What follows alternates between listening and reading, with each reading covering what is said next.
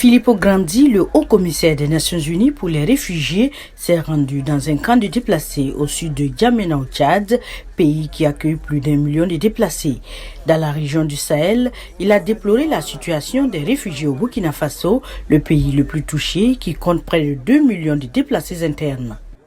On calcule que dans la région sahélienne, donc y compris le Tchad, mais aussi et surtout le Burkina Faso, le Niger et autres, le Mali, bien sûr, même la Mauritanie, on a à peu près 3 millions de personnes qui sont soit déplacées, soit réfugiées. Fin juin 2022, la région du Sahel qui couvre le Burkina Faso, le Mali, la Mauritanie, le Niger et le Tchad est confrontée à une grave crise humanitaire prolongée qui a contraint 4 820 871 personnes à fuir leur foyer, dont près de 3 millions de déplacés internes dans leur pays. Le Tchad non seulement héberge un très grand nombre de réfugiés, mais l'accueil est très positif, très correct. Même malgré le fait qu'il y a beaucoup de réfugiés, même lors d'arrivées récentes de réfugiés, pensez aux Camerounais l'année passée,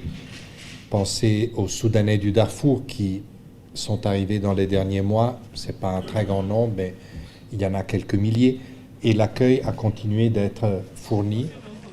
Selon Filippo Grandi, les pays qui inquiètent le plus sont le Burkina Faso et le Mali. Cela est dû à l'action des groupes armés qui terrorisent les populations, vident les villages et poussent les gens vers les grandes villes.